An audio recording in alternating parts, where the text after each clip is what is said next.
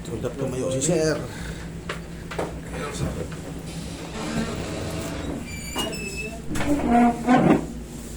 Dakasan. Anong natin, sir? Yung balakang ko pang tumagilid ko. Yung balakang mo parang tumagilid. Kailan pa po? Nung Sunday ko. Nung ano kasi, Ano marami ginawa ko. natin? Tumakit yung balakang ko. Hmm.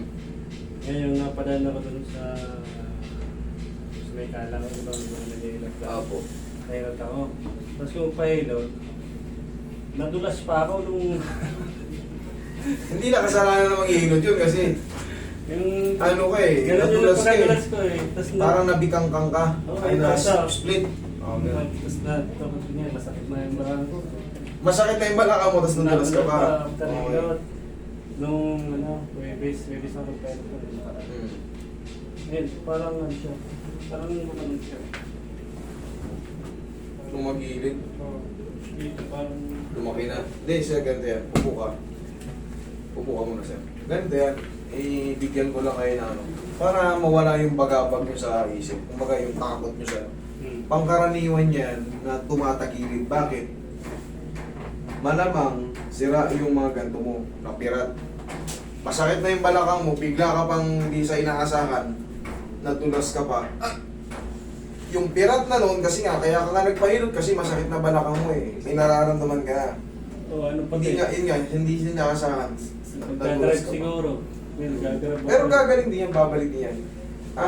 I mean to say, once na na-align yung balakang mo, normal yan, may pain. Kasi kaya ka gumagano, kasi hindi mo maipilit may ganon. Kasi masakit nga, may pain eh. So, inahayaan mo lang muna na dito ako mas komportable. Kahit ngalay na ngalay dito ko, okay lang. Kasi pag ginanon ko, pinilit ko idiretso, mas masakit eh. Dito na ako sa mas komportable. Kaya napapansin mo, parang tabingi ako. Yung iba nga, ganito pa oh. Pumupunta rito, pero habang tumatagal yung, kunyari, 1 linggo, 2 linggo, bumabalik din yan. Kailangan lang natin ayusin yan. Pero pag hindi naayos yan, pag ganun ka na ng pag ganun yan. Ngayon, medyo ganito ka eh. Pag hindi mo na paayos yan, habang tumatagal yan, siyempre, maaaring mag-drive ka, sasanayin mo yun eh. Yun nga ano ko. Maaaring magbuhat-buhat ka sa bahay, may kukunin ka. Grab driver ako eh. Siyempre, maghapon ka sa lagari ka ng lagari sa ano. Tanggalin mo muna yung susi, sir. Ay, ayusin natin. Tapos mga 1 linggo, balik na yan. Balik na sa normal yan. Sana mas masakit dito sa kaliwa o sa kanan? Yan. Sige, tanggalin mo yung glass mo, sir.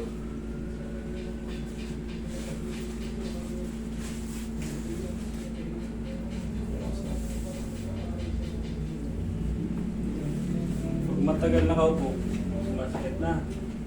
Talagang sasakit yan kasi nakaipit yung disc nyo, sir eh. Pag matagal nakatayo, Pero hindi. hindi. Kaya dapat gumagalaw-galaw. Eh, syempre, hindi ka naman kilos ng kilos habang nagdadrive ka. Pag nasakto ka pa sa traffic, yari ka. Hindi ka kang matagilid. Mamaya may mainiwan diyang pain, palit na lang tapos mas bearable na siya. Tapos, in a few days, tapos kada araw may tuturo ko sa'yo kada pag-gising mo sa umaga. Kasi ito mga discompression na to, mahirap ayusin yan. Pagka hindi mo sinundan, kasi babalik-balik na yan, hindi na po yung nakaka-recover. Tandaan nyo, pag pumutok na yung tissue, ganito kakapal yan. Pag pumutok na yan, hindi na yung umaangat ulit kahit anong gamot na inumin nyo. Kabilang side. Magiging tightening disc na lang yan. Pero malalaman nyo lang yan pag nagpa-MRI kayo. Pero kahit sa x-ray makikita yan. Basta makikita yung sukat yan eh. Ihaya ka sir, makikita yung sukat yan. Kailangan lang magaling tumingin. Pero mahirap yun. Mahirap gawin. MRI talaga. Malalaman kung ilan, kung multiple discompression ka na. Sakit ng mga driver, palakang tapa.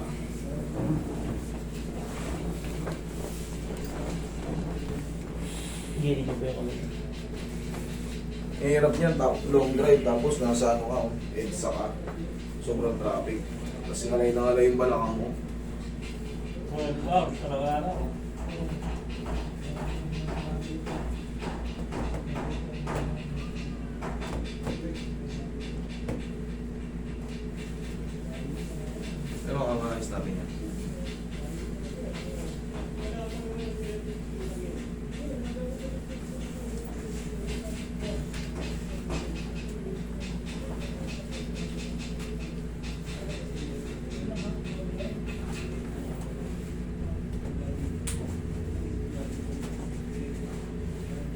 Diyan ka lang, sir, ha?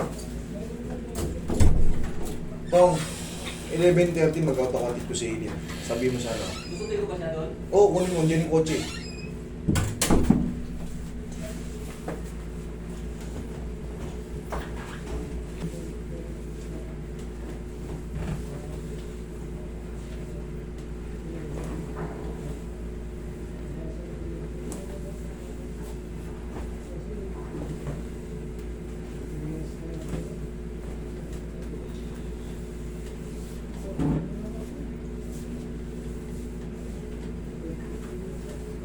Kaya ka, sir.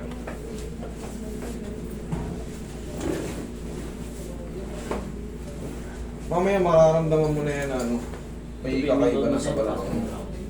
May pain pa siya pero very little na. Tapos, mga ilang araw, matatanggal na yung impingement sa nerve mo. Sa dyan po yung kamay na. Babalik na yung balakang mo. Tsaka tatagal ka na rin umupo. Inhale. Exhale. Ito lang palagi kong bilin sa inyo. Sa mga nagkaka-lower back pain, tandaan nyo itong movement na to. Lalo sa mga kapwa ko driver. Kasi, tagal. Pag nagkaroon kayo ng stopover or sabi natin sobrang traffic to, pag di mo na talaga kaya, yung mga nanonood dyan, may mga back pain, nangyari driver kayo, sobrang traffic eh, ngalay na ngalay ka na. Kung may baon kayong pa, mas maganda, haplosan nyo, likod nyo, tapos, ano ninyo, tutunog yan. Makaka-release ngayon yung sa balakang nyo. Ngayon, pagka, kahit pa paano mababawasan yung sakit nun, pa-check nyo na sa mga susunod, kasi hindi nyo pwedeng isunod-sunod na i-drive yan, pag ganyan ang kalagayan ng balakang nyo. Hindi nyo mapapansin, pag tayo nyo sa sakyan, no, ibang tao makakapansin yan, natapingi na kayo. Hindi nyo mapapansin kasi yung disc niyan, ito. Siyempre, hinahanap mo yung posisyon komportable ka, nakaganon ganyan. No? Mapipirat yan, mapipirat palalo yan. Ngayon, gigewang yun, no? Katawan mo. Hanggang sa lumala, magkakaroon na ng radiation yan sa paa mo. Magka-ground-ground na yan sa puwet mo hanggang dito. Yun na yung mga going worse na. Kaya, habang maaga pa, aralin nyo na yung movement na ganyan. No? Okay? Tsaka pag tatayo sa higaan, sabihin natin galing kayo sa treatment o may masakit sa mga, palagi mo nang tatagilid. Tatagilid. Pag tatayo sir, tukod mo yung siko mo. Baba mo to, tukod siko. Yan, dyan ka sa siko kumuha ng puwersa. Kasi minsan, sa balakang tayo kumukuha eh. Pag na-damage na yung balakang nyo, ano nyo na, careful na kayo kasi hindi na makakatulong yung pagpuwersa ron eh. Dito ka na kumuha ng malakas na puwersa sa siko. Kasi yung siko natin, walang masakit. Walang masakit sa siko, tsaka sa kamay, o, dyan tayo kumuha ng puwersa para makatayo. Hindi yung pipilitin natin. Ang mahirap niyan, pag ang higaan nyo sa lapag, pag sa lapag kayo nakatutulog. Yan? O, yun, text ko sa kanya.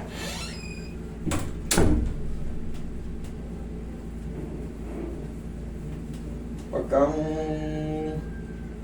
higaan nyo sa lapag, tapos masakit balakang nyo, ang hirap kumahangon. Pahihirapan kayo ng mundo. Kailangan at least paano nasa may ganito. Yan, para pagbaba ng paa nyo, yung katawan nyo, sabay nangaangat. Di ba? Pag sa lapag, ang hirap. Tapos balakang mo, parang hahanap ka pa ng kapitan. Tayo, sir.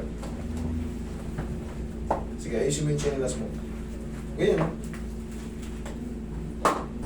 Nga. Ayan, lakas mo konti. Kabila. Yan. Yan lang. Tapos, siyempre magbaon kayo sa sakyan nyo na ano, para may, kasi once na meron kayong discompression, automatic magre-retaliate yan sa mga muscle, yung tinatawag nating muscle spasm. Once na tumigas na yan, tapos nalalamigan ka sa sakyan, napapawisan, natutuyan na ano, kahit wala kang ano, yung normal na routine, upo ka sir, yung normal na routine sa pag-drive, pawis, lamig, nagkikreate ng back pain yan, kasi ako tagal ko din driver, hanggang ngayon driver pa rin ako.